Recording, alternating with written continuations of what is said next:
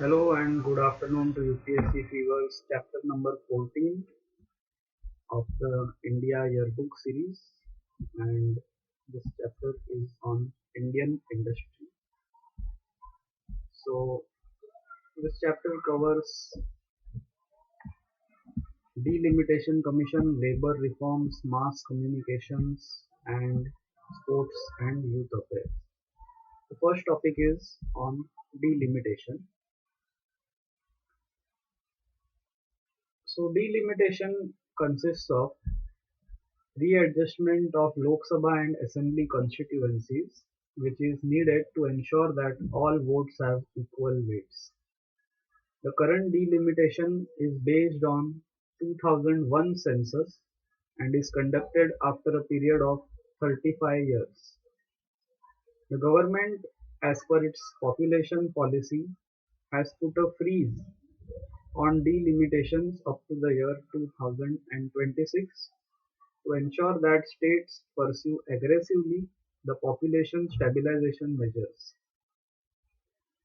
However, the government has continued to adjust constituency boundaries of states for legislative bodies and also boundaries of constituencies reserved for scheduled castes and tribes, but not by affecting the number of seats reserved for them. Hence, the Delimitation Act was passed in 2002 and the Delimitation Commission was set up for the next round of delimitation exercises. This commission was headed by a retired judge of the Supreme Court, and the ex officio members were the Election Commissioner of India and the State Election Commissioner. The exercise of delimitation is for all countries of all states of India except the state of Jammu and Kashmir. And even the delimitation orders can't be vetoed or refused to be implemented by the government. Courts are also barred from intervening in delimitation related matters. So a delimitation commission is very powerful body.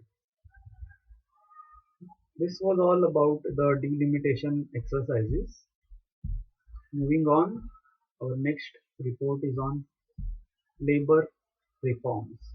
The Ministry of Labor is a central government ministry that handles the policy making and implementation of labor related reforms. Pandit Deen Dayal Shram Meva Jayate Karyakram scheme is the umbrella scheme launched for labor reforms, and there are five important parts of this Shram Meva Jayate Karyakram. The aim of this scheme is to ensure ease of doing business and ensure government's work in imparting skill training to the people. Number one important reform under this Shram Meva Jayate is Ashram Suvidha Portal. Online filing of compliance on 16 out of the 44 forms shall be done through a web portal, and this shall reduce the paperwork and make it easy to comply with union government laws. So if you own an industry and employ workers, then you can use this portal to file your compliance reports. Next is the universal account number to be provided to subscribers of Employee Provident Fund organization. So even if you change your job, you can give the UAN number to your new employer, and no need to create an additional EPF account. Your benefits will be transferred from your previous employer to the next employer. Currently, 4.17 crore employees shall be given this portable number, and this was on 2016. A randomized inspection scheme is the third important part. Here, computerized generation of the workplace that has to be inspected will be done. The report of the inspection shall be submitted by 72 hours of the inspection. And so a randomized checking scheme will ensure that less Inspector Raj, and less corruption. As the report has to be filed within 72 hours compulsorily, this will ensure that there is no violation of any orders by the workplace, and they can't manipulate by bribing the inspectors. Also, this will ensure less harassment of the the employers in those industries, as the computer shall decide which unit has to be inspected. However, this randomized inspection scheme shall be restricted to the central government inspections, and these are almost 25% of all the inspections. So, the states are yet to implement such a scheme, and when they do so, the benefits will be larger, as nearly two-thirds to three-fourths of all inspections and checking is done by the state government. Moving on, the Apprentice Protsahan Yojana. Government shall reimburse up to 50% of the stipend that is to be paid by a company to an apprentice for a period of 2 years of training. And the last part is the Rashtriya Swasthya Bima Yojana. Such a social security scheme shall be implemented, that is revamped, by providing smart cards to workers of the unorganized sector. And since unorganized sector comprises of about 82% of all the workers, this scheme shall benefit almost 80% of all the workers of India. So this was about labor reforms.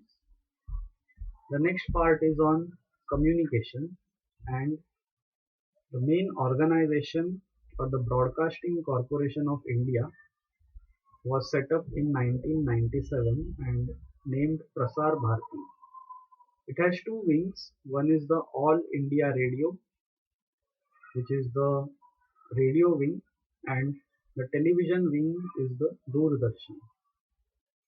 Prasar Bharati board has a chairman appointed for a 3-year term, CEO who is a full-time member with a 5-year term, 6 part-time members, full-time members from the personnel and finance, and representative of Information and Broadcasting Ministry, and also the Director General of Doordarshan and Director General of All India Radio are ex officio members of the Prasar Bharati board. Coming to the All India Radio, it is a 3-tier system of broadcasting. The lowest is the local, then the regional, and then the national tier. It caters to information, education, and entertainment needs of the country, and today it has 578 transmitters and 407 radio stations. The Doordarshan is one of the leading television organizations in the world. Then, this was it about the Broadcasting Corporation of India. Important bodies of the Ministry of Information and Broadcasting. Number one, the Registrar of Newspapers. So this body verifies and approves titles of newspapers, registers and checks, and establishes circulation claims. So it is for authentication of how much is the viewership or the market share of various newspapers. It also registers and checks the titles of newspapers. Next is the Press Information Bureau. This is an interface between the government and the media. And lastly, the Press Council of India. This is a quasi-judicial autonomous authority created under an act to maintain freedom of press and also improve the quality of news and print media. However, this body has got tremendous powers, as any decision of this body can't be questioned in a court of law. So this gives the body significant powers in this matter. So that was it about mass communication. The last topic is related to sports and youth affairs. India's 65% population is under 35, and by 2020 it shall become the fourth largest economy with an average age of population around 28 years. However, US, China and Japan shall not be so young nations, and this youth shall be a reason for reaping the demographic dividend. However, if India does not utilize and invest in programs and policies, then it can't reap this demographic dividend. The National Youth Policy, which was passed in 2014, aims to propose a holistic vision of youth. Currently, it gives a definition that youth is the age group between 15 to 29 and aims to empower them to achieve their full potential and also enables them to find their rightful place in the community of nation. The objective of the youth policy is creation of a productive workforce, develop a strong and healthy generation, instill social and community spirit in the youth, facilitate the youth's participation in governance and civic activities, and most importantly, support at-risk youth and create opportunities for disadvantaged and marginalized youth.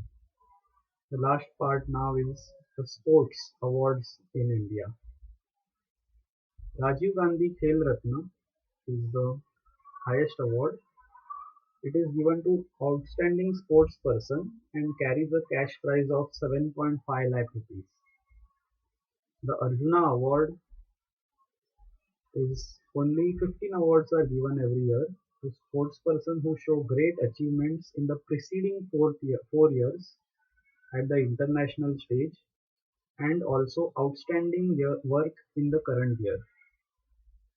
So this award carries 5 lakh rupees cash prize.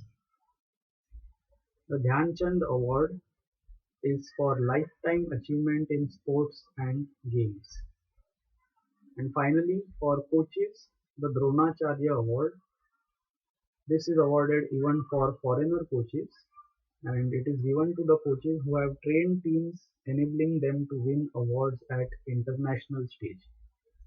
So this award is given to Indian as well as foreign coaches.